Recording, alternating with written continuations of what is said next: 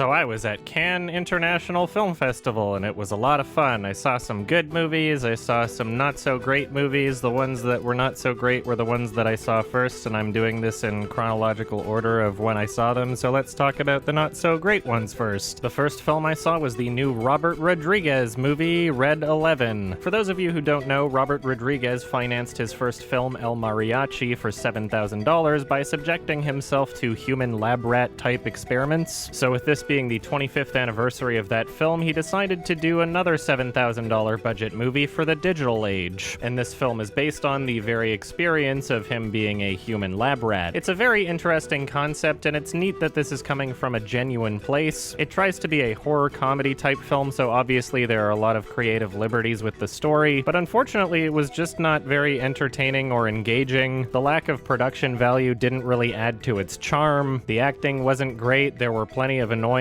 characters. Nothing about it was really scary, but there were a few chuckle-worthy moments, I guess. It was such a forgettable movie that I'm honestly struggling to remember much of the experience at all. I do remember that it tried really hard to be quirky and meta. One of the characters' names is Spoiler, and his thing is that he just spoils movies. One of the characters' names is Score, and he's constantly playing crappy music from an electronic handheld device. If perhaps this film were more clever or well-written, then it would probably work overall, but everything was just so repetitive and on the nose that the film only wound up testing my patience. The concept for this film is much more interesting than the film itself. If anything, this film has gotten me interested in watching El Mariachi and possibly even reading the book he wrote about producing it. After all, making a film for $7,000 is a lot more impressive when it's your first film and you're not filming on digital. And from what I can tell, El Mariachi is much more well-received regardless. Anyway, check this one out if you want, but to me it wasn't really all that great of an experience, and I'm giving this one a 4 out of 10. The next movie I saw was the new Xavier Dolan film, Matthias et Maxime. Now, I find Dolan to be a very interesting director, so obviously this film was one of my priorities. Tom at the Farm is pretty great, and Mommy is something I consider to be fantastic. He's got a really interesting style and filmography, even if some of his films don't really work all that well. The most egregious example of this would probably be his previous film, The Death and Life of John F. Donovan, where it was clear he had no idea what he was doing and simply just tried to piece things together in the editing room. That film has some pretty great scenes within it, but overall it is such an embarrassing train wreck. This newest film, although not as much of a train wreck as John F. Donovan, was pretty underwhelming overall. After talking to plenty of people at the festival with varying opinions on this film, I found something rather interesting. It seems as though the more familiar you are with Xavier Dolan's work, the less likely you are to enjoy it. Pretty much everybody I talked to that thought it was pretty good had never seen a single Dolan film before, and everybody I talked to that was irritated by it was a fan of his. And it's no surprise because this film is filled with plenty of Dolanisms, and once you've seen the same thing so many times, it's hard not to think, oh come on, really, again? The entire soundtrack is essentially just his Spotify playlist, which in Mommy I felt was incredibly appropriate, not just being in line with the film's characters and themes, but each track that played in that movie felt somewhat earned, whereas in this film there are so many scenes where the soundtrack is begging for an emotion to be experienced, but there's nothing within the film to justify that emotion. There's a super overdramatic swimming scene in the film that just feels so incredibly awkward because of it. The dialogue in this movie tries very hard to be cute and quirky, but just winds up being annoying. There's a scene where the characters in the film are all doing Bane impressions. Xavier Dolan also cast himself as a character that gets to make out with a pretty boy, and the way that this gets introduced into the story just feels like a cheesy fan fiction. It felt as though it didn't care about how it was written as long as it got there. Now, obviously, considering this film's title, the main story is with those two characters, and if the film just managed to focus on that story, then it would have been so much better. But unfortunately, it felt kind of all over the place. There's plenty that could have been cut out, and the 2-hour runtime did not feel justified at all. It is not as obvious or extreme as an example as John F. Donovan, but this also feels like a film that was kind of just figured out in the editing room. It felt unfocused to the point where it didn't really know what it wanted to be. There is a story with characters in the film that is legitimately interesting, but half of the film was filled with nonsense that didn't drive that story forward at all. Even within this story, there are aspects that definitely could have handled better, especially writing-wise. There are important plot devices within this story that are just predictable from a mile away, and when they actually happen, it just feels so unnatural and forced. It didn't feel like characters were guiding themselves through the story, story, it instead gave the constant feeling that the script was dictating everything that these characters did. Despite my criticisms, this film isn't terrible. There were some satisfying scenes and conflicts. Parts of the story were interesting, and there are characters that I cared about. Close to the end of the film, there's a shot showing a window from outside the house that looks beautiful. This film certainly had potential, but overall its presentation was just sloppy and unfocused. The highs and lows of this film were not as extreme as John F. Donovan in either direction, so even though that film is something I would consider to be more of a train wreck, I would sooner watch that again than this, because overall this film was just largely uninvesting. Check this one out if you want. If you've never seen a Dolan film, then you might like it, and I'm giving this one a 5 out of 10. Stay tuned for the rest of these Quickie reviews from Cannes Film Festival, where I'll be talking about some pretty awesome movies. Thank you, bye-bye.